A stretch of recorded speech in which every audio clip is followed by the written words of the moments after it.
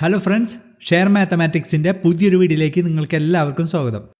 അപ്പോൾ ഇത് simple trader പ്ലേലിസ്റ്റിലെ video number 11 ആണ്. അപ്പോൾ വീഡിയോ 1, 2, 3, 4, 5, 6, 7, 8, 9, 10 ഒന്നും കാണാത്തവരുണ്ടെങ്കിൽ ദയവായി പോയി കാണുക. സ്റ്റോക്ക് മാർക്കറ്റിൽ എങ്ങനെ ട്രേഡ് ചെയ്യാം, സിമ്പിളായിട്ട് പ്രോഫിറ്റ് ആക്കാം എന്നുള്ളതിൻ്റെ എൻ്റെ എക്സ്പീരിയൻസ് എന്നുള്ള കാര്യങ്ങൾ ഞാൻ നിങ്ങൾക്ക് പറഞ്ഞുതരാൻ പോകുന്നത്. ഓക്കെ, അപ്പോൾ ഈ വീഡിയോ സീരീസ് ഞാൻ ഡെഡിക്കേറ്റ് ചെയ്യുന്നത് കേരളത്തിലുള്ള സാധാരണ കൂട്ടുകാർക്ക് വേണ്ടിയിട്ടാണ്. അപ്പോൾ നിങ്ങൾ ചോദിക്കും എങ്ങനത്തെ കൂട്ടുകാർക്കെന്ന്. അതായത് പഠിക്കുന്ന കൂട്ടുകാർ, അല്ലെങ്കിൽ എന്താണ് ജോലിക്ക് പോകാൻ പറ്റാതെ പാർട്ട് ടൈം ആയിട്ട് വീട്ടിൽ നിന്ന് കാശ് ഉണ്ടാക്കാൻ നോക്കണ സാധാരണ വീട്ടമ്മമാരായിട്ടുള്ള ആൾക്കാർക്ക്, അതല്ലെങ്കിൽ ഡെയിലി ജോലി ചെയ്യണ പോലെ ഒരു എമൗണ്ട് ഉണ്ടാക്കാൻ ആഗ്രഹിക്കുന്നവർ, അതല്ലെങ്കിലോ ചെയ്യുന്ന ജോലി ഇഷ്ടപ്പെടാത്തവർ, കൂടുതൽ പണം ആഗ്രഹിക്കുന്നവർ, പിന്നെ കാശുള്ളവർ, അവിടെ വളരെ കുറച്ചുണ്ടാവുള്ളൂ. ഓക്കെ, അപ്പോൾ ഒരു 80-90% ആൾക്കാരുകളെന്ന് വെച്ചിട്ടുണ്ടെങ്കിൽ ഈ ഒരു ഏരിയയിൽ വരുന്നവരാണ്. വെച്ചിട്ടുണ്ടെങ്കിൽ അധികം പൈസ ഉള്ളവരായിരിക്കില്ല, എന്നാൽ ട്രേഡ് ചെയ്ത് പൈസ ചെയ്ത് നല്ല രീതിയിൽ ആവണം എന്ന് ആഗ്രഹിക്കുന്നവരാണ്. കാശുള്ളവർ കുറച്ച് പേരുണ്ടാവും, അവർ കൂടുതൽ കാശ് ഉണ്ടാക്കാൻ ആഗ്രഹിച്ചും ട്രേഡ് ചെയ്യുന്നവരുണ്ടാവും, ട്രേഡ് ചെയ്യാൻ വരുന്നവരുണ്ടാവും. അപ്പോൾ നമുക്കിന്ന് റിയൽ ലൈഫിൽ എക്സാമ്പിൾ നോക്കി വയ്ക്കാം. റിയൽ ലൈഫിൽ ഇങ്ങനെ കാശ് കുറവുള്ളവർ ചെയ്യുന്ന കാര്യങ്ങൾ എന്തൊക്കെയാണ്? ജോലി, ചെറിയ ബിസിനസ്, അങ്ങനത്തെ ഉള്ള കാര്യങ്ങൾ. കാശുള്ളവൻ്റെ എല്ലാം എന്തുണ്ടെങ്കിലും big asset, properties, land, big companies, അങ്ങനെ മറ്റുള്ള കാര്യങ്ങളൊക്കെ ഉണ്ടാവും. അപ്പോൾ ട്രേഡിങ്ങിൻ്റെ ലൈഫിൽ നിങ്ങൾ എടുത്ത് നോക്കിക്കോ, ട്രേഡ് ചെയ്യാൻ വരുമ്പോൾ ഇങ്ങനെ തന്നെ ആയിരിക്കും. കാശ് കുറവുള്ളവൻ ആദ്യം ചെയ്യാൻ പോകുന്ന കാര്യങ്ങൾ എന്താണ്? Intraday, options, short time trading ഒക്കെ. കാരണം അതിന് എമൗണ്ട് കുറച്ച് മതി, എമൗണ്ടിൽ നിന്ന് ഡെയിലി 1000-2000 ഒക്കെ ഉണ്ടാക്കാൻ പറ്റും. അപ്പോൾ ആ രീതിയിൽ ട്രേഡ് ചെയ്യാൻ വരും. എന്നാൽ ലോങ് ടൈം ആയിട്ട് പൈസ ഉണ്ടാക്കണമെന്നുണ്ടെങ്കിൽ അവൻ്റെ കൂടുതൽ പൈസ ഉണ്ട്, അവരെന്തെന്ന് വെച്ചിട്ടുണ്ടെങ്കിൽ കൂടുതൽ സ്വിംഗ് ട്രേഡിങ് അല്ലെങ്കിൽ ലോങ് ടൈം ഇൻവെസ്റ്റ്മെൻ്റ് ഒക്കെ ചെയ്യാൻ നോക്കുള്ളൂ. ഓക്കെ, അപ്പോൾ റിയൽ ലൈഫിൽ ജോലി, ചെറിയ ബിസിനസ് ചെയ്യുന്നവർ, മറ്റേ കാശുള്ളവർ ബിഗ് അസറ്റ്, പ്രോപ്പർട്ടീസ് ഒക്കെ ചെയ്യും. ഓക്കെ, അപ്പോൾ ഞാൻ ചോദിക്കുന്നത് വെച്ചിട്ടുണ്ടെങ്കിൽ റിയൽ ലൈഫിൽ നിങ്ങൾക്ക് ജോലി ചെയ്യുന്നതോ ചെറിയ ബിസിനസ് ചെയ്യുന്ന ആൾക്കാർക്ക് ഈ ബിഗ് അസറ്റോ പ്രോപ്പർട്ടീസോ ബിഗ് കമ്പനീസോ ഉണ്ടാക്കാൻ പെട്ടെന്ന് പറ്റുമോ? പറ്റില്ല, വളരെ ഇമ്പോസിബിൾ ആയിട്ടുള്ള കാര്യങ്ങളാണ്. എന്നാൽ ട്രേഡിംഗ് ലൈഫിലാണെങ്കിൽ നമുക്കിത് പറ്റും. കാരണം വെച്ചിട്ടുണ്ടെങ്കിൽ ഇൻട്രാഡേ ഓപ്ഷൻ ട്രേഡിങ്ങും ഷോർട്ട് ടൈം ട്രേഡിങ് ചെയ്യുന്നവർക്കും ഈ ലോങ് ടൈം ഇൻവെസ്റ്റ്മെൻറ്റും സ്വിംഗ് ട്രേഡിങ് ചെയ്യാൻ പറ്റും. കാരണം എന്താ വെച്ചിട്ടുണ്ടെങ്കിൽ ഇതിന് രണ്ടിനും ചെയ്യുന്ന സ്റ്റോക്കുകളും ഇൻവെസ്റ്റ്മെൻറ്റ് ഓപ്ഷനുകളും ഒക്കെ ശരിയാണ്. അപ്പോൾ നിങ്ങളോടൊരു ക്വസ്റ്റ്യൻ ഫ്രണ്ട്സ്, അതായത് പൈസ ആരാണ് ഉണ്ടാക്കുന്നത്? കാശുള്ളവനാണ് പൈസ ഉണ്ടാക്കുന്നത് അല്ലേ? എവിടെയായാലും. അതായത് ബിഗ് കമ്പനീസും പ്രോപ്പർട്ടീസും ഉള്ളവൻ, കാശുള്ളവൻ കാശ് കൂടുതൽ ഉണ്ടാക്കിക്കൊണ്ടിരിക്കും. അത് ഇവിടെ കാശിൻ്റെ ഒരു ഉണ്ടാക്കി വെച്ചിരിക്കുന്ന ഒരു രീതി തന്നെ അങ്ങനെയാണ്. അപ്പോൾ ഇതെന്താ സംഭവം എന്ന് വെച്ചിട്ടുണ്ടെങ്കിൽ ഈ ട്രേഡിംഗ് ലൈഫിൽ ഇതുപോലെ തന്നെയാണ്. കൂടുതൽ പൈസ ഉണ്ടാക്കുന്നതൊക്കെ സ്വിംഗ് ട്രേഡിങ്ങും ഇൻവെസ്റ്റ്മെൻറ്റ് ചെയ്യണവരൊക്കെയാണ്, അതല്ലാണ്ട് ഇൻട്രാഡേ ഓപ്ഷൻ ട്രേഡിങ് ചെയ്യണവരൊന്നല്ല. കാരണം അവിടെയാണ് കൂടുതൽ എമൗണ്ട് വരുന്നതും കൂടുതൽ സമയം ചെയ്യണതും, കാശുള്ളവൻ്റെ കളികൾ അവിടെയാണുള്ളതും. അപ്പം ഞാൻ എന്താ പറഞ്ഞു വരുന്നത് വെച്ചിട്ടുണ്ടെങ്കിൽ, ട്രേഡ് ചെയ്യാൻ പുതുതായിട്ട് വരുന്ന സാധാരണക്കാരെ ആൾക്കാർ എന്ത് ചെയ്യുന്നു വെച്ചിട്ടുണ്ടെങ്കിൽ, അവർ ആദ്യമേ വന്നിട്ട് എന്ത് ചെയ്യുന്നു വെച്ചിട്ടുണ്ടെങ്കിൽ, അവർ ഇൻട്രാഡേ ഓപ്ഷൻ ഷോർട്ട് ടൈം ട്രേഡിങ്ങിൽ ഇങ്ങനെ കറങ്ങിക്കൊണ്ടിരിക്കും. അവിടെ തന്നെ ഇങ്ങനെ കിടന്ന് കറങ്ങിക്കൊണ്ടിരിക്കും. മനസ്സിലായോ ഫ്രണ്ട്സ്? അപ്പോൾ അതാണ് ഫെയിലാവാൻ, നിങ്ങളിൽ മിക്ക ആൾക്കാരും ഫെയിൽ ചെയ്യാനുള്ള മെയിൻ കാരണം അതാണ്. എന്ന് വെച്ചിട്ടുണ്ടെങ്കിൽ നിങ്ങൾ ഈ കാശ് കുറവുള്ളവൻ്റെ പരിപാടി, അതായത് intraday option short time trading മാത്രം ചെയ്തുകൊണ്ടിരിക്കും. അപ്പോൾ അങ്ങനെ ചെയ്യുമ്പോൾ നിങ്ങൾ ഫെയിലാവും. നിങ്ങൾ ശരിക്കും ചെയ്യേണ്ടത് എന്താണ്? നിങ്ങൾ ആദ്യം തന്നെ ഈ ഷോർട്ട് ടൈമും ഓപ്ഷൻ ട്രേഡിങ്ങും ചെയ്യാണ്ട് ആദ്യം ലോങ് ടൈം ഇൻവെസ്റ്റ്മെൻറ്റ് അല്ലെങ്കിൽ സ്വിംഗ് ട്രേഡിങ് മനസ്സിലാക്കിയിട്ട് ആ സ്വിംഗ് ട്രേഡിങ്ങിൻ്റെ പ്രൈസ് പോയിന്റ് കൊണ്ടുവന്നിട്ട് നിങ്ങൾ ഇൻട്രാഡേ ഓപ്ഷൻ ട്രേഡിങ് ചെയ്ത് നോക്ക്. അപ്പം നിങ്ങൾ സക്സസ്ഫുൾ ആവും. മനസ്സിലായോ? അതായത് കാശുള്ളവൻ്റെ ബിസിനസ് എന്താണെന്ന് മനസ്സിലാക്കിയിട്ട് അതിലെങ്ങനെയാണ് സ്റ്റോക്കുകൾ മൂവ് ചെയ്യണത് എന്നുള്ള കാര്യങ്ങളൊക്കെ മനസ്സിലാക്കിയിട്ട് അതിൻ്റെ ഒരു എഫക്റ്റ് നിങ്ങൾ ഷോർട്ട് ടൈം ഓർ ഇൻട്രാഡേയിൽ കൊണ്ടുവന്നാൽ മാത്രമേ നിങ്ങൾക്ക് പ്രോഫിറ്റ് ആവാൻ പറ്റുള്ളൂ. എനിക്ക് എൻ്റെ എക്സ്പീരിയൻസിൽ നിന്ന് മനസ്സിലാക്കിയിട്ടുള്ള ഏറ്റവും വലിയൊരു കാര്യമാണ് ഫ്രണ്ട്സ്. നിങ്ങൾ അങ്ങനെ ചെയ്യുന്നത് നോക്കൂ, നിങ്ങൾ പ്രോഫിറ്റബിൾ ആവും, നിങ്ങൾ ട്രേഡിങ്ങിൽ സക്സസ്ഫുൾ ആയിരിക്കും. ഓക്കെ, അപ്പോൾ അതായത് ഒന്നുകൂടി ഞാൻ പറയാം, അതായത് ലോകത്തുള്ള എന്ത് പ്രൊഡക്റ്റും എന്ത് സാധനമായാലും ഗുഡ് ക്വാളിറ്റിയും ഗുഡ് പ്രൈസ് ഉണ്ടെങ്കിൽ ആൾക്കാരുകൾ മേടിക്കാനുണ്ടാവും. അതായത് ഗുഡ് ക്വാളിറ്റിയും ഗുഡ് പ്രൈസ് ഉണ്ടെങ്കിൽ സ്റ്റോക്ക് മാർക്കറ്റിലായാലും അതായത് ഗുഡ് ക്വാളിറ്റിയും ഗുഡ് പ്രൈസ് ഉണ്ടെങ്കിൽ നമുക്ക് ആൾക്കാർ മേടിക്കാനുണ്ടാവുള്ളൂ. അപ്പോൾ അതായത് ഒരു അർജൻസി, ഒരു ഹൈ ക്വാളിറ്റി ഉണ്ടാകുമ്പോഴാണ് അവിടെ ഒരു അർജൻസി ഉണ്ടാവുള്ളൂ. അപ്പോൾ അത് നമ്മൾ സ്റ്റോക്ക് മാർക്കറ്റിൽ എങ്ങനെ മനസ്സിലാക്കാമെന്ന് വെച്ചിട്ടുണ്ടെങ്കിൽ മന്ത്ലി ചാർട്ടിൽ അനലൈസ് ചെയ്ത്, വീക്ക്ലി ചാർട്ടിൽ അനലൈസ് ചെയ്ത്, ഡെയിലി ചാർട്ടിൽ അനലൈസ് ചെയ്ത്, സ്വിംഗ് ട്രേഡിങ് പഠിച്ച് ഇൻവെസ്റ്റ്മെൻറ്റിൽ ആൾക്കാർ എന്താ ചെയ്യണമെന്ന് മനസ്സിലാക്കിയിട്ട് അത് നമ്മൾ ചെയ്ത് കഴിഞ്ഞാൽ മാത്രമേ നമ്മൾ പ്രോഫിറ്റബിൾ ആവുള്ളൂ. അപ്പോൾ ഈ ഇൻട്രാഡേ ഷോർട്ട് ടൈം ട്രേഡിംഗ് ഒക്കെ ചെയ്യണവർക്കൊക്കെ എന്ന് വെച്ചിട്ടുണ്ടെങ്കിൽ ഒരു പിക്ചറിൻ്റെ ആകെ ഒരു ചെറിയൊരു ഭാഗമേ മനസ്സിലാവുള്ളൂ. അപ്പോൾ അത് വെച്ചിട്ട് നിങ്ങൾക്ക് സക്സസ്ഫുൾ ആവാൻ പറ്റുമോ? പറ്റില്ല. കാരണം നിങ്ങൾ അതിൻ്റെ ലോങ് ടൈം ആയിട്ടുള്ള കാര്യങ്ങൾ മനസ്സിലാക്കിയിട്ട് എന്നിട്ട് വേണം നിങ്ങൾ സ്വിംഗ് ട്രേഡിങ്ങും ഓപ്ഷൻ ട്രേഡിങ്ങിലൊക്കെ കൊണ്ടുവരാൻ. മനസ്സിലായോ? അപ്പോഴാണ് നിങ്ങൾക്ക് ലോകം സ്വന്തമാകുള്ളൂ, സ്റ്റോക്ക് മാർക്കറ്റിൻ്റെ ലോകത്ത് നിങ്ങൾക്ക് പൈസ ഉണ്ടാക്കാൻ പറ്റുള്ളൂ ഫ്രണ്ട്സ്. മനസ്സിലായോ ഫ്രണ്ട്സ്? അപ്പോൾ അപ്പോൾ അതിന് വേണ്ടിയിട്ടുള്ള എൻ്റെ സിമ്പിൾ ട്രേഡർ പ്ലേലിസ്റ്റിലെ വീഡിയോസുകളാണ് ഇപ്പോൾ പറഞ്ഞു വരുന്നത്. അപ്പോൾ അതിൽ നിങ്ങൾക്ക് പ്രോപ്പർ ബേസിക്, എങ്ങനെ മന്ത്ലി ചാർട്ടിലെ ട്രെൻഡ്സ്, വീക്ക്ലി ചാർട്ടിലെ ട്രെൻഡ്സ്, എങ്ങനെ ഇമ്പോർട്ടൻറ്റ് സൈക്കോളജി എങ്ങനെയാണ്, ചാർട്ട് ബ്രേക്ക് ഡൗൺസ് എങ്ങനെയാണ്, എങ്ങനെ നിങ്ങൾക്ക് സെറ്റപ്പ് ചെയ്യാം, അങ്ങനത്തെ കാര്യങ്ങളൊക്കെ ചെയ്യും. അപ്പോൾ അതിൻ്റെ വീഡിയോ 11 ഇപ്പോൾ ഞാൻ പറയുന്നത്. അപ്പോൾ ഇത് ചെയ്ത് കഴിയുമ്പോൾ എന്താണ്, നിങ്ങൾ പ്രോഫിറ്റബിൾ ട്രേഡർ ആവാനുള്ള ഓരോരോ സ്റ്റെപ്പായിട്ട് മുന്നോട്ട് പോവുകയാണ്. അപ്പോൾ നമുക്ക് ഈ ഒരു യാത്രയിൽ നമുക്ക് ഒരുമിച്ച് പോവാം. എന്ത് പറയുന്നു ഫ്രണ്ട്സ്, റെഡി അല്ലേ?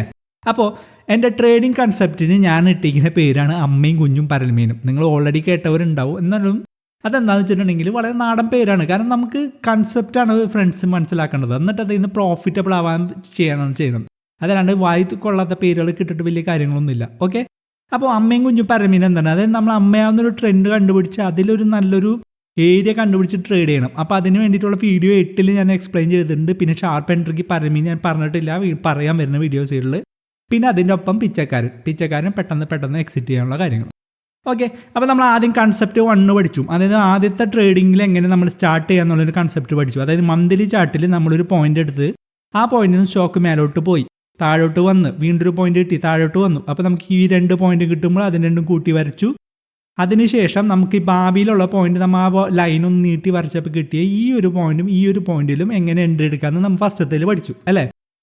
അടുത്തതിൽ എങ്ങനെ പഠിച്ചു, സ്റ്റോക്ക് അപ്പ് ഡൗൺ വരുമ്പോൾ നമ്മൾ അവിടെ ഒരു ലൈൻ വരച്ചതിന് ശേഷം അതിൽ നിന്ന് ബ്രേക്ക് ഔട്ട് വരുമ്പോൾ എങ്ങനെ ട്രേഡ് ചെയ്യാമെന്ന് നമ്മൾ പഠിച്ചു. മനസ്സിലായില്ലേ? ഇവിടെ ഒരു ബ്രേക്ക് വന്നു, ആ ബ്രേക്ക് വരുമ്പോൾ നമ്മൾ ട്രേഡ് എടുത്ത് എങ്ങനെ പ്രോഫിറ്റബിൾ ആകുന്നുള്ള കാര്യം നമ്മൾ പഠിച്ചു അല്ലേ. ഇനി അടുത്തത് എന്താണ്? ഇനി അടുത്തതെന്ന് വെച്ചിട്ടുണ്ടെങ്കിൽ ഈ ടൈപ്പ് 2, ഇപ്പം ഞാൻ നേരത്തെ പറഞ്ഞ ഈ ടൈപ്പ് 2ൻ്റെ തന്നെ ലോട്ടറി കൺസെപ്റ്റാണ്. അപ്പോൾ ലോട്ടറി കൺസെപ്റ്റ് എങ്ങനെയാണെന്ന് വെച്ചാൽ ഞാൻ പറയാം. അതായത് സ്റ്റോക്ക് അപ്പ് ഡൗൺ, അപ്പോൾ നമുക്ക് ഓരോ പോയിന്റ് കിട്ടി, അപ്പ് ഡൗൺ, അപ്പോൾ ഇവിടെ ഒരു പോയിന്റ് കിട്ടി, അതേപോലെ അപ്പോൾ ഇവിടെ ഒരു പോയിന്റ് കിട്ടി, അതേപോലെ തന്നെ മേലോട്ട് പോയി, അപ്പോൾ നമുക്ക് ഇവിടെ ഒരു പോയിന്റ് കിട്ടി, അപ്പോൾ വീണ്ടും താഴേക്ക് വന്നു, അപ്പോൾ നമുക്ക് ഇവിടെ ഒരു പോയിന്റ് കിട്ടി, ഇങ്ങനെ ഒരു പോയിന്റ് കിട്ടി. അപ്പോൾ നമ്മൾ എന്ത് ചെയ്തു, ഇതൊക്കെ വെച്ചിട്ട് നമ്മൾ ട്രെൻഡ് ലൈൻ വരച്ചതിന് ശേഷം ബ്രേക്ക് ഔട്ട് വരുമ്പോൾ നമ്മൾ എൻട്രി എടുത്തിട്ട് എന്ത് ചെയ്തു, മേലോട്ട് പോയപ്പോൾ നമുക്ക് പ്രോഫിറ്റ് കിട്ടി അല്ലേ. ഇതാണ് ഫസ്റ്റ് നമ്മൾ ടൈപ്പ് 2 മെത്തേഡിൽ പഠിച്ചത്.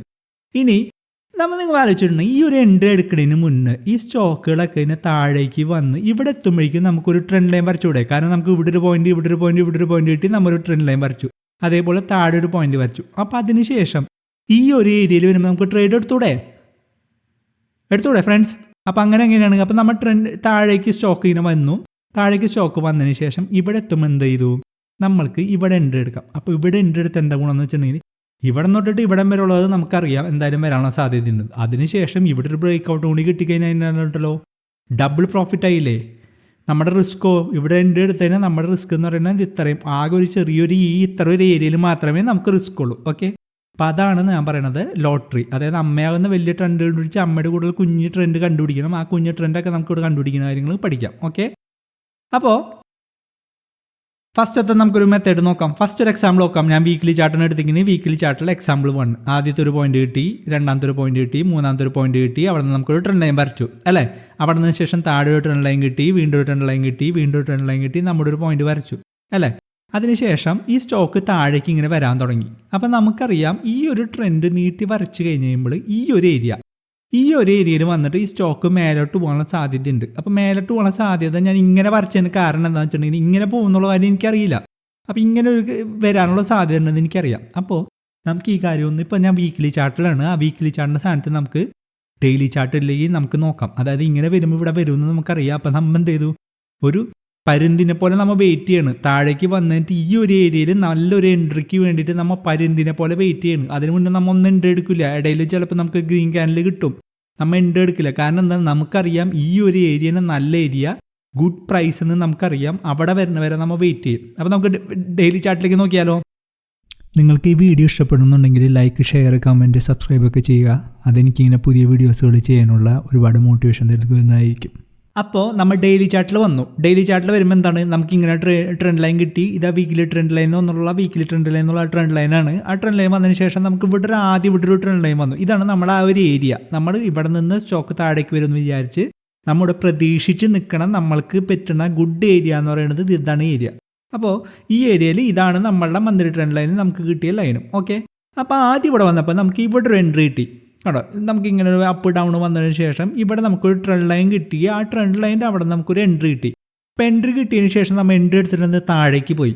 കാരണം എന്താണ്, നമുക്കറിയാം ഈ ഒരു ഏരിയയാണ് നല്ല ഏരിയ എന്ന്. എന്നിരുന്നാൽ പോലും നമ്മളിവിടെ എൻട്രി എടുക്കും. കാരണം മനുഷ്യന്മാരുടെ കാര്യമാണ്, ചിലപ്പോൾ തെറ്റുപറ്റും. അപ്പോൾ നമ്മളിവിടെ എൻട്രി എടുത്ത് ചെറുതായിട്ട് താഴേക്ക് ഒന്ന് ലോസ് വന്ന് നമ്മൾ എക്സിറ്റ് ചെയ്തു.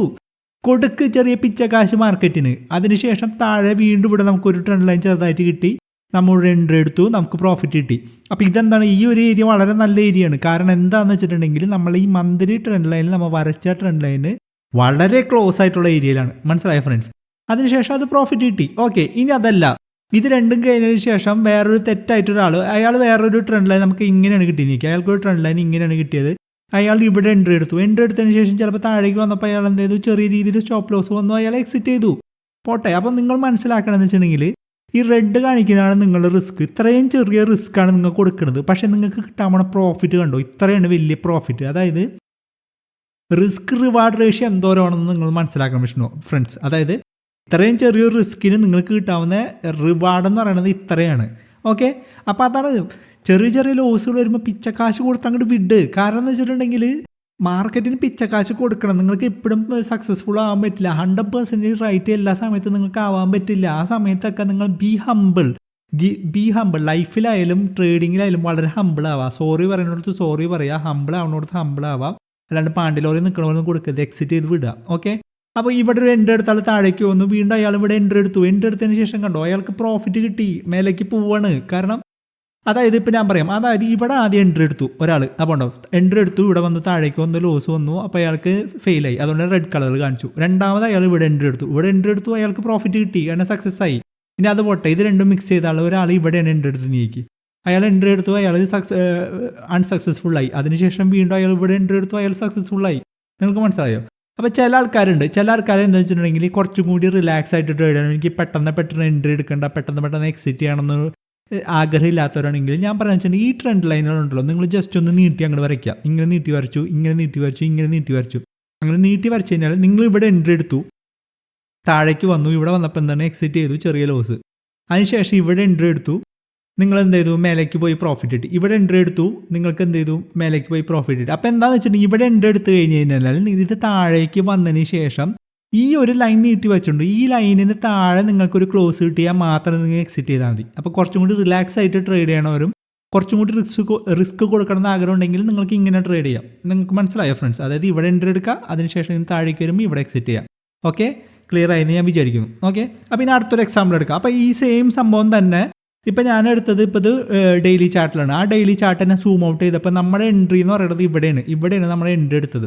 അപ്പോൾ എൻട്രി എടുത്തപ്പോൾ നമ്മുടെ പ്രൈസ് എന്ന് പറയുന്നത് ഇത്രയാണ്. ആ ഒരു പ്രൈസിൽ നിന്ന് ഇത്രയും മേലേക്ക് പോയിട്ട് നമ്മുടെ ടാർഗറ്റായി ഇവിടെ എത്തിയതിന് ശേഷം താഴേക്ക് ഇത്തിരി പോയെങ്കിലും നമ്മുടെ ബൈ പ്രൈസ് ഇവിടെയാണ്. അപ്പോൾ നമുക്ക് വെയിറ്റ് ചെയ്തതിന് ശേഷം നമുക്കൊരു എൻട്രി, ഇവിടെ ഒരു ബ്രേക്ക് ഔട്ട് കിട്ടിക്കഴിഞ്ഞാൽ മേലേക്ക് പോയി കഴിഞ്ഞാൽ നമുക്ക് കിട്ടാവുന്ന പ്രോഫിറ്റ് ഉണ്ടോ, ബിഗ് പ്രോഫിറ്റാണ്. അതാണ് ഞാൻ പറഞ്ഞത് ലോട്ടറി എന്ന് പറയുന്നത്. അതായത് നമ്മളെ റിസ്ക് നിസ്സാരവും നമ്മൾ ലോങ് റണ്ണായിട്ട് അത് റൺ ചെയ്ത് പോകുമ്പോൾ നമുക്ക് കിട്ടുന്ന പ്രോഫിറ്റ് എന്ന് പറയുന്നത് വളരെ വലിയ പ്രോഫിറ്റാണ്. അപ്പം നിങ്ങളത് ട്രേഡ് ചെയ്ത് പഠിക്കാൻ മനസ്സിലാക്കി കഴിഞ്ഞാൽ ഇതൊക്കെ സിമ്പിളായിട്ട് നിങ്ങൾക്ക് കണ്ടെത്താൻ പറ്റും. ഓക്കെ, അപ്പോൾ അടുത്തൊരു എക്സാമ്പിൾ എടുക്കാം. അപ്പോൾ ഇതിന് മുന്നേ ബ്രൂസിലിയുടെ ഒരു ഫേമസ് എക്സാമ്പിൾ, വളരെ ചീപ്പാണെന്നാലും പറയാം. അതായത് 100 അടവ് ഒരുമിച്ച് പ്രാക്ടീസ് ചെയ്യുന്ന ഒരു തന്നെ പേടിയില്ല, പക്ഷേ ഒരു അടവ് 100 തവണ പ്രാക്ടീസ് ചെയ്യുന്ന ഒരു പേടിയുണ്ടെന്ന്. അപ്പോൾ ഇത് ഞാൻ പറയാനുള്ള കാരണം എന്ന് വെച്ചിട്ടുണ്ടെങ്കിൽ സ്റ്റോക്ക് മാർക്കറ്റ് ട്രേഡ് ചെയ്യാൻ ആദ്യമായിട്ട് വരുന്ന ആൾക്കാരുണ്ട്, ബിഗിനേഴ്സ്. അവർ ഒരുപാട് ഇൻഡിക്കേറ്റേഴ്സ് അത് ട്രൈ ചെയ്ത് എല്ലാവർക്കും 100% ആക്യുറസി എപ്പോഴും വേണം ഫ്രണ്ട്സ്. അത് ഈ സ്റ്റോക്ക് മാർക്കറ്റിൽ എവിടെയില്ല, 100% ആക്യുറസി എവിടെയില്ല. നിങ്ങൾ പെട്ടെന്ന് എക്സിറ്റ് ചെയ്ത് നല്ല ട്രേഡുകൾ നിങ്ങൾ എൻട്രി എടുത്തുകൊണ്ടിരിക്കും, നിങ്ങൾ പ്രോഫിറ്റബിൾ ആകും ഫ്രണ്ട്സ്. മനസ്സിലായി? അവർക്കൊക്കെ എന്താ കൗതുക ഇത്തിരി കൂടുതലാണ്. കാരണം നമ്മൾ ഇൻഡിക്കേറ്റർ കൊള്ളാം, വേറൊരു ഇൻഡിക്കേറ്റർ കൊള്ളാം, എല്ലാത്തിനും ഭയങ്കര കൗതുകം കൂടുതലാണ്. ഓരോന്നിട്ട് ഇങ്ങനെ പ്രാക്ടീസ് ചെയ്ത് ഇങ്ങനെ സമയം വേസ്റ്റ് ചെയ്തുകൊണ്ട് പോകും. വിലപ്പെട്ട സമയങ്ങൾ വെറുതെ വേസ്റ്റ് ചെയ്തുകൊണ്ട് പോകും ഫ്രണ്ട്സ്. വേസ്റ്റ് ചെയ്ത് കളയല്ലേ പ്ലീസ്. ഓക്കെ, അപ്പോൾ ബ്രൂസിലെ പറഞ്ഞ പോലെ സ്റ്റോക്ക് മാർക്കറ്റ് ആണെങ്കിൽ ഒരു അടവ് 1000 തവണ പ്രാക്ടീസ് ചെയ്തിട്ട് ബ്രൂസിലെ കിക്ക് പോലെ പഠിച്ചിട്ട് കിക്ക് ചെയ്ത് നോക്കിയാൽ നിങ്ങൾ പ്രോഫിറ്റബിൾ ആയിരിക്കും. ഓക്കെ ഫ്രണ്ട്സ്, അപ്പോൾ അടുത്തൊരു എക്സാമ്പിൾ വീണ്ടും വീക്ക്ലി ചാർട്ടാണ്. വീക്ക്ലി ചാർട്ടിൽ എന്താണ്, ഇവിടെ ഒരു പോയിന്റ് കിട്ടി, ഇവിടെ ഒരു പോയിന്റ് കിട്ടി. അപ്പോൾ ഞാൻ ട്രെൻഡ് ലൈൻ വരച്ചു. അതിനുശേഷം ഇവിടെ ഒരു പോയിന്റ് കിട്ടി, ഞാൻ ട്രെൻഡ് ലൈൻ വരച്ചു. അപ്പോൾ ഈ ട്രെൻഡ് ലൈൻ്റെ ഉണ്ട്, ഇവിടെ ഒന്ന് ബ്രേക്ക് ഔട്ട് ചെയ്തതിന് ശേഷം അത് മേലോട്ട് പോകാൻ നോക്കിയിട്ട് തിരിച്ചു കയറി. അപ്പോൾ ഇതൊരു ട്രെൻഡ് ലൈൻ ആണെന്ന് എങ്ങനെയാണ് കൺഫേം ചെയ്യണമെന്ന് വെച്ചിട്ടുണ്ടെങ്കിൽ ഇവിടെ ഒരു വിക്ക് വന്നുണ്ടോ, ആ ട്രെൻഡ് ലൈൻ അവിടെ ഒരു റിജക്ഷൻ പോലെ വന്നിട്ട് താഴേക്ക് പോകാൻ ശ്രമിച്ചിട്ടുണ്ട്. അപ്പോൾ ഇതൊരു ട്രെൻഡ് ലൈനാണ്, നമുക്ക് കറക്റ്റ് കൺഫേം ചെയ്യാം. ഞാൻ വരച്ചത് ഈ ഒരു പോയിന്റും വീക്ക്ലി ചാർട്ടിലാണേ, വെറും ഡെയിലി ചാർട്ടിലോ 5 മിനിറ്റ്സിലോ വീക്ക് വന്നതല്ല, വീക്കിലി ചാർട്ടിൽ അത് മേലേക്ക് പോകാൻ നോക്കിയിട്ടുണ്ട്. അപ്പോൾ അത് രണ്ടും വെച്ചിട്ടാണ് ഞാൻ ട്രെൻഡ് ലൈൻ വരച്ചത്. അതിനുശേഷം ഞാൻ എന്ത് ചെയ്തു, ആ സ്റ്റോക്ക് താഴേക്ക് വരാൻ പോകുമ്പോൾ ഞാൻ എന്ത് ചെയ്തു, ഇതങ്ങോട്ട് നീട്ടി വരച്ചപ്പോൾ എനിക്ക് ഇവിടെ ഒരു എൻട്രിക്കുള്ള ഒരു സാധ്യത ഉണ്ട്. മനസ്സിലായില്ലേ? അപ്പോൾ ഞാൻ എന്ത് ചെയ്തു, വീക്കിലി ചാർട്ടിൽ നിന്ന് നമുക്ക് എന്ത് ചെയ്യാം, ഡെയിലി ചാർട്ടിലേക്ക് പോവാം. റെഡി അല്ലേ? അപ്പോൾ ഡെയിലി ചാർട്ടിലേക്ക് പോവാം. കാരണം ഇത് മേലേക്ക് പോകണുണ്ട്. അപ്പോൾ ഡെയിലി ചാർട്ടിൽ നമുക്ക് പ്രാക്ടീസ് ആകും. ഡെയിലി ചാർട്ടിൽ എന്താണ്, ഡെയിലി ചാർട്ടിൽ ആ ഏരിയ വന്നു, ആ ഏരിയയിൽ എന്താണ് ഒരു ട്രെൻഡ് ലൈൻ എനിക്ക് കിട്ടി, ഇവിടെ ഒരു എൻട്രി വന്നു. എൻട്രി വന്നപ്പോൾ എന്ത് ചെയ്തു, താഴേക്ക് വന്നു, എനിക്ക് ചെറിയ നഷ്ടം വന്നു, കൊടുത്തു ഞാൻ പിച്ചക്കാശ്. അതിനുശേഷം വീണ്ടും എനിക്ക് ഇവിടെ ഒരു എൻട്രി കിട്ടി, പ്രോഫിറ്റ് ബ്രേക്ക് ഔട്ടും കിട്ടി, അതിനെ മേലേക്ക് പോവുകയും ചെയ്തു. കണ്ടോ, അതിന് മേലേക്ക് പോയപ്പോൾ എന്ത് സംഭവിച്ചു, ഞാൻ കുറച്ച് പോയിന്റ് പറയാൻ വിട്ടുപോയി. അത് മേലേക്ക് പോയപ്പോൾ എന്ത് നല്ല പ്രോഫിറ്റ് കിട്ടി. അപ്പം നിങ്ങൾ ആലോചിക്കുകയെന്ന് വെച്ചിട്ടുണ്ടെങ്കിലും ഈ ഒരു ട്രെൻഡ് ലൈന് ചില ഒരാൾക്കാർ ഈ ട്രെൻഡ് ലൈൻ വരുമ്പോൾ തന്നെ വാങ്ങിക്കുന്നവരുണ്ടാവും, ഇവിടെ തന്നെ വാങ്ങിക്കുന്നവരുണ്ടാവും. അങ്ങനത്തെ ഉള്ള ഒരു പ്രശ്നം എന്ന് വെച്ചിട്ടുണ്ടെങ്കിൽ ആ സ്റ്റോക്ക് എപ്പോഴും മേലോട്ട് പോകണമെന്നില്ല. കാരണം അവിടെ കുത്തിയിട്ട് പിന്നെ കുറേ നേരം കിടന്നിട്ട് ഇങ്ങനെ ഒരു വിക്കൽ വാങ്ങൽ എന്നിട്ടുള്ള ഒരു പ്രോസസ്സ് നടന്നുകൊണ്ടിരിക്കും. അപ്പോൾ ഒരുപാട് സമയം ആ ഒരു നിങ്ങളൊരു എമൗണ്ട് അവിടെ വേസ്റ്റ് ആയി കിടക്കും. അതാണ് ഒരു പ്രശ്നം. എന്നാൽ ഇവിടെ ആണെങ്കിലോ എൻട്രി എടുത്ത് കഴിഞ്ഞാൽ 1-2-3 ദിവസത്തിനുള്ളിൽ തീരുമാനമായി. പിന്നെ വീണ്ടും എൻട്രി എടുത്ത് പ്രോഫിറ്റ് വന്നു. കുറച്ച് നാളെ നിങ്ങളെ ആ സ്റ്റോക്കിൽ നിങ്ങളെ പൈസ കിടക്കുള്ളൂ. അത് വളരെ ഹ്യൂജ് ഒരു ഇമ്പാക്റ്റ് അല്ലേ? ഒരു ലോങ് ടൈം, ഒരു 1 ഇയറിൽ നിങ്ങളുടെ ഇൻട്രസ്റ്റോ നിങ്ങൾക്ക് കിട്ടാവുന്ന റിട്ടേൺ അനുസരിച്ചിട്ട് ഒരുപാട് വലിയ വ്യത്യാസം വരുത്തും. എക്സ്പീരിയൻസ് ഞാൻ പറയുന്നതാണ്. ഓക്കെ, അപ്പോൾ അടുത്ത എക്സാമ്പിൾ എന്താണ്, ആ ഒരു സംഭവം നമ്മളിപ്പോൾ എക്സാമ്പിൾ പറയാൻ മുന്നേ ആ ഒരു സംഭവം പിന്നെ ഇവിടെ എൻട്രി എടുത്തു, പിന്നെ ഇവിടെ നമ്മുടെ മുകളിലത്തെ ട്രെൻഡ് ലൈൻ്റെ അവിടെ നിന്ന് ബ്രേക്ക് ഔട്ട് സംഭവിച്ചു, മേലേക്ക് പോയി നല്ല പ്രോഫിറ്റ് കിട്ടി. ഓക്കെ, അപ്പോൾ എക്സാമ്പിൾ 2 അവിടെ അവസാനിച്ചു. അപ്പോൾ ഇതിന് മുന്നേ എക്സാമ്പിൾ 2 കഴിഞ്ഞിട്ട് എക്സാമ്പിൾ 3 പോണേ മുന്നേ നിങ്ങൾ ശ്രദ്ധിച്ചോ, എല്ലായിടത്തും ട്രെൻഡ് ലൈൻ ഉണ്ടെന്ന് ഞാൻ പറഞ്ഞതിൻ്റെ കാരണം എന്താണെന്ന് വെച്ചിട്ടുണ്ടെങ്കിൽ ഞാനത് ചെയ്യുന്നതിനായിട്ട് ഞാൻ ശ്രദ്ധിച്ചിട്ട് കണ്ടോ, ഈ ഒരു സ്റ്റോക്കിന് മേലിൽ കണ്ടോ ഇവിടെ ഒരു ട്രെൻഡ് ലൈൻ ഇവിടെ വന്നിട്ടുണ്ട് കണ്ടോ. അതായത് ഈ ഒരു ട്രെൻഡ് ലൈൻ വലുത് ക്രിയേറ്റ് ചെയ്യുന്നതിന് മുന്നേ ആ സ്റ്റോക്ക് ആ ഒരു ലെവലിലേക്ക് താഴേക്ക് വന്നാൽ തന്നെ വേറൊരു ട്രെൻഡ് ലൈൻ ക്രിയേറ്റ് ചെയ്തിട്ടാണ്. അതായത് എപ്പോഴും ഒരു കുഞ്ഞു ട്രെൻഡും ഒരു വലിയ ട്രെൻഡും ഒക്കെ എല്ലാവിടെയും ക്രിയേറ്റ് ചെയ്യുന്നുണ്ട്. അപ്പോൾ മനസ്സിലാക്കേണ്ടത് കുഞ്ഞു ട്രെൻഡ് പ്ലസ് വലിയ ട്രെൻഡ് ഈക്വൽ ടു പ്രോഫിറ്റ്. മനസ്സിലായോ ഫ്രണ്ട്സ്? ഓക്കെ, അപ്പോൾ നമുക്കിനി എക്സാമ്പിൾ 3ലേക്ക് പോകാം. വീക്ക്ലി ചാർട്ടിലാണ് അടുത്തൊരു എക്സാമ്പിൾ. അതായത് ഒരു സ്റ്റോക്ക് അപ്പ് ഡൗൺ മൂവ് ഒക്കെ ആണ്. ഇത് കാണാൻ നിങ്ങൾക്ക് എന്താ തോന്നുന്നത്? പ്രത്യേകിച്ചൊന്നും തോന്നണില്ല, എന്തൊക്കെയോ. ഞാൻ നോക്കിയപ്പോൾ ഒന്നുകൂടി വന്നപ്പോൾ എനിക്ക് മനസ്സിലായി, ഇവിടെ ഒരു പോയിന്റും വന്നിട്ടുണ്ട്. ഓക്കെ, മുന്നോട്ട് പോയി നോക്കാം.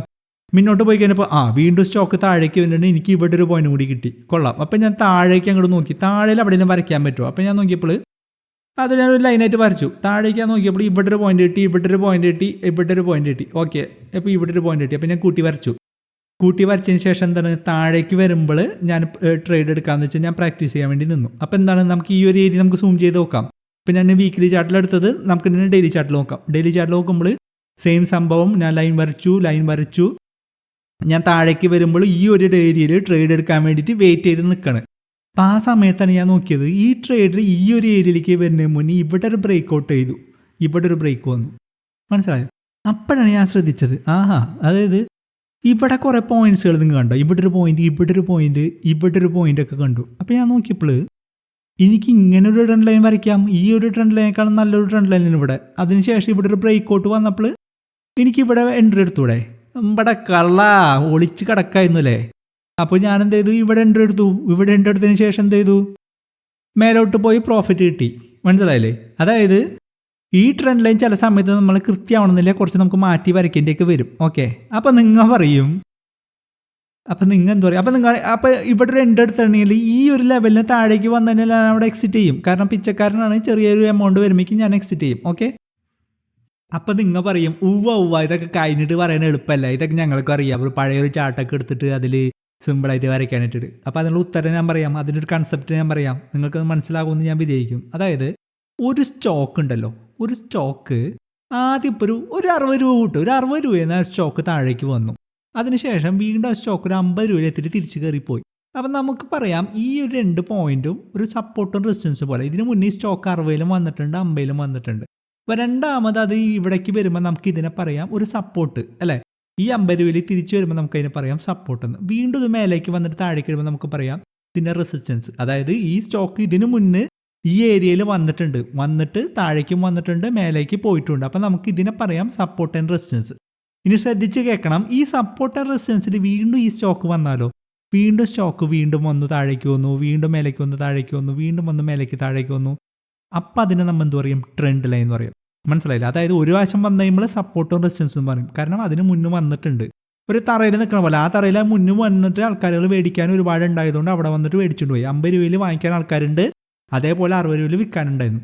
പക്ഷെ ആ സംഭവം തന്നെ വീണ്ടും 50 രൂപയിൽ വിൽക്കാനും 60 രൂപയിൽ വിൽക്കാനും ആൾക്കാർ ഇങ്ങനെ വിറ്റും വാങ്ങിക്കൊണ്ടിരിക്കണമെന്ന് ചോദിക്കുക. അപ്പം എന്താ സംഭവിക്കുന്നത് വെച്ചിട്ടുണ്ടെങ്കിൽ അതൊരു സ്പ്രിങ്ങിൻ്റെ പോലത്തെ ഒരു ആക്ഷനാണ്. കാരണം വെച്ചിട്ടുണ്ടെങ്കിൽ വാങ്ങിക്കാൻ വിൽക്കുക എന്നിട്ടുള്ള ഒരു ടെൻഷനാണ് അവിടെ ഉണ്ടാവുന്നത്. എന്ന് വെച്ചിട്ടുണ്ടെങ്കിൽ ഒരുപാട് ആൾക്കാർ അവിടെ ട്രാൻസാക്ഷൻ നടന്നുകൊണ്ടിരിക്കുന്നത്. അപ്പം അതിനൊരു സ്പ്രിങ്ങിൻ്റെ ആക്ഷനാണ്, ഒരു സ്പ്രിങ്ങിൻ്റെ പവറാണ്. അപ്പം എന്താണെന്ന് വെച്ചിട്ടുണ്ടെങ്കിൽ അതെങ്ങനെ നമ്മൾ മനസ്സിലാക്കാന്ന് വെച്ചിട്ടുണ്ടെങ്കിൽ എത്ര പോയിന്റ് വന്നു, അതായത് ഒരു ട്രെൻഡ് ലൈൻ സ്റ്റാർട്ട് ചെയ്തതിന് ശേഷം എത്ര പോയിന്റ് വന്നു, 1 2 3, ഒരു 3ന് മേലിലേക്ക് പോകാനുള്ള സാധ്യത വളരെ കുറവാണ്. അപ്പോൾ മേലിലല്ലോ അതെ 1 2 3. അപ്പോൾ ആ ഒരു സംഭവത്തിൻ്റെ കൂടെ വേറൊരു സംഭവം കൂടി ഉണ്ട്. അതായത് ചില ട്രെൻഡ് ലൈൻ എന്ന് വെച്ചിട്ടുണ്ടെങ്കിൽ പാരലായിരിക്കും. പാരലെന്ന് വെച്ചിട്ടുണ്ടെങ്കിൽ ഇത് തമ്മിലുള്ള സ്പേസ് സെയിം ആയിരിക്കും. അതായത് 50 60 രൂപ തന്നെ ആയിരിക്കും എപ്പോഴും. അതായത് അവിടെ തന്നെ പോയിക്കൊണ്ടിരിക്കും. അങ്ങനെയുള്ള ട്രെൻഡ് ലൈന് ഒരു സ്പ്രിങ്ങിൻ്റെ പവർ ഉണ്ടാവും. പക്ഷെ അതിൻ്റെ ഒപ്പം തന്നെ ഏരിയയും കൂടി കുറയണം. അതായത് നേരത്തെ 50 രൂപയ്ക്ക് വാങ്ങിച്ച ആൾക്കാരുകൾ 60 രൂപയ്ക്ക് ആദ്യം വിറ്റിട്ടുണ്ടെങ്കിൽ രണ്ടാമത് വന്നപ്പോൾ 60 രൂപ വെയിറ്റ് ചെയ്തില്ല, ഒരു 58 രൂപയാകുമ്പോഴേക്കും വിറ്റു. കാരണം അവർ പേടിച്ചു 60 രൂപ ആകുമ്പോഴേക്കും അത് വിറ്റ് പോയി താഴേക്ക് വന്നാലോ ഒന്ന്. വീണ്ടും ഇത് 50 രൂപയ്ക്ക് മേടിക്കാൻ നിന്നവരെന്ത് ചെയ്തു, തിരിച്ചു പോണത് 50 രൂപയ്ക്കെന്നല്ല, ചിലപ്പോൾ 50 രൂപയ്ക്ക് മുന്നേ മേടിച്ചിട്ടുണ്ടാവും. അപ്പോൾ അതിന് മുന്നേ വിറ്റിട്ടുണ്ടാവും വീണ്ടും. അതായത് 58 രൂപയ്ക്ക് കിട്ടുന്നതിന് 56. അതായത് ഏരിയ കുറഞ്ഞുകൊണ്ടിരിക്കും. ഇവിടെ എത്തുമ്പോഴേക്കും എന്താ ചെയ്തു, വാങ്ങണം വിൽക്കണതിന് തമ്മിലുള്ള ഒരു സ്പ്രെഡ്, ഒരു ഗ്യാപ്പ് കുറഞ്ഞു. അപ്പം എന്താണ്, അതിന് സ്പ്രിങ്, അതിൻ്റെ ഒരു പവർ കൂടും. എന്ന് വെച്ചിട്ടുണ്ടെങ്കിൽ അതിൽ നിന്ന് പുറകോട്ട് അതിൽ നിന്ന് പുറത്തേക്ക് കിടക്കാനുള്ള ഒരു പവർ കൂടുതലായിരിക്കും. അപ്പം അതാണ് ഇവിടെ സംഭവിച്ചത്. അതായത് ഇവിടെ ആദ്യം വന്നതിന് ശേഷം കാണും ഇതിൻ്റെ ഏരിയ കുറയുന്നുണ്ടോ. അതായത് ഇവിടെ ഇത്രയും വലിയ ഏരിയ ഉണ്ടായിരുന്നത് പിന്നെ ഇത്രയും ചെറിയ ഏരിയ, വീണ്ടും ഏരിയ കുറഞ്ഞു, വീണ്ടും ഏരിയ കുറഞ്ഞു. അതുകൊണ്ടാണ് ഞാൻ ഈ ട്രെൻഡ് ലൈൻ വരച്ചതും ഇവിടെ ഒരു ട്രേഡ് എടുക്കണം നല്ലൊരു കാര്യമാണെന്ന് പറഞ്ഞത്. കാരണം ഏരിയ കുറഞ്ഞു, ആ ഒരു സ്പ്രിങ് ആക്ഷൻ എനിക്കുണ്ടെന്ന് അറിയാം. മാത്രമല്ല ഇവിടുന്ന് ബ്രേക്ക് ഔട്ട് ചെയ്തിട്ട് ഫെയിൽ ആയി കഴിഞ്ഞാൽ ഞാൻ പിച്ചക്കാശ് കൊടുത്ത് എക്സിറ്റ് ചെയ്യും. മനസ്സിലായില്ലേ? അതെനിക്കൊരു പ്രശ്നമേ അല്ല ചെറിയ പിച്ചക്കാശ് കൊടുക്കുന്നത്. ഞാൻ ഒരിക്കലും 100% റൈറ്റ് അല്ല എന്ന് എനിക്ക് ഉത്തമ ബോധ്യമുണ്ട്. ഞാനിവിടെ കാശ് ഉണ്ടാക്കാൻ വന്നത്, അതായത് 100% റൈറ്റ് ആവാൻ വേണ്ടിയിട്ട് വന്നതല്ല. അങ്ങനെ ഒരു മെൻറ്റാലിറ്റി നമ്മളെ മൊത്തം ഇന്ത്യക്കാർക്ക് ഉണ്ട്. അതാണ് മെയിൻ പ്രശ്നം. അപ്പോൾ ആദ്യം ഇവിടെ കണ്ടോ, ഈ സപ്പോർട്ടർ റെസിസ്റ്റൻസ് ഞാൻ പറഞ്ഞിട്ടുണ്ട്, ഈ ഒരു ഏരിയയിലേക്ക് മുന്നേ സ്റ്റോക്ക് വന്നിട്ടുണ്ട്. അതുകൊണ്ടാണ് ഞാൻ സപ്പോർട്ടർ റെസിസ്റ്റൻസ് എന്ന് പറഞ്ഞത്. അതിനുശേഷം വീണ്ടും വന്നു, ഞാൻ ട്രെൻഡ് ലൈൻ മാറ്റി വരച്ചു. കാരണം എൻ്റെ കയ്യിൽ പിച്ചക്കാരൻ്റെ പവർ ഉണ്ട്, ഞാൻ പെട്ടെന്ന് എക്സിറ്റ് ചെയ്യും. അവിടെ എൻട്രി കിട്ടി, അത് ബ്രേക്ക് ഔട്ട് ചെയ്ത് എനിക്ക് നല്ലൊരു പ്രോഫിറ്റ് കിട്ടി. മനസ്സിലായോ? അപ്പോൾ ഇതാണ്ടോ 1 2 3. അപ്പോൾ 1 2 3 കഴിഞ്ഞു, 4ാമത്തെ ലെവലിലെത്തി. ഞാൻ പറഞ്ഞൊരു 3 കഴിഞ്ഞതിന് പിന്നെ 4 5 വരും. പക്ഷേ അതിനുള്ള സാധ്യതകൾ വളരെ കുറവാണ്. ഒരുപാട് ട്രെൻഡ് എടുത്തു പോയി കഴിഞ്ഞാൽ ഒരു 3 ട്രെൻഡൊക്കെയാണ് മാക്സിമം, 3 4 ഒക്കെ. അപ്പോൾ 4ാമത്തെ തന്നെ വന്നപ്പോഴും ഈ ഏരിയ കുറയണം കൂടി കണ്ടപ്പോൾ നമുക്കതിൽ ട്രേഡ് എടുക്കാം. ഓക്കെ, മേലല്ലോ അതെ 1 2 3. ഓക്കെ, ക്ലിയർ ആയെന്ന് വിചാരിക്കുന്നു. മനസ്സിലായില്ലേ ഫ്രണ്ട്സ്? അപ്പോൾ ഇത് ഞാൻ പറയാൻ കാരണം എന്ന് വെച്ചിട്ടുണ്ടെങ്കിൽ ഈ ഒരു ഫസ്റ്റ് തന്നെ വരുന്ന ഒരു ലൈൻ ഉണ്ടല്ലോ, സപ്പോർട്ട് ആൻഡ് റെസിസ്റ്റൻസ്, കുറേ ആൾക്കാർ ട്രേഡിനെ കാണാം. എവിടെയൊക്കെ സ്റ്റോക്ക് കുത്തി മേലോട്ട് പോകണോ അവിടെയൊക്കെ നമ്മൾ ഇതിൻ്റെ ലൈൻ വരയ്ക്കും. ഇത് സപ്പോർട്ട്, ഇത് റെസിസ്റ്റൻസ്, മേലേക്ക് വന്നു, ഇവിടെ മുട്ടി.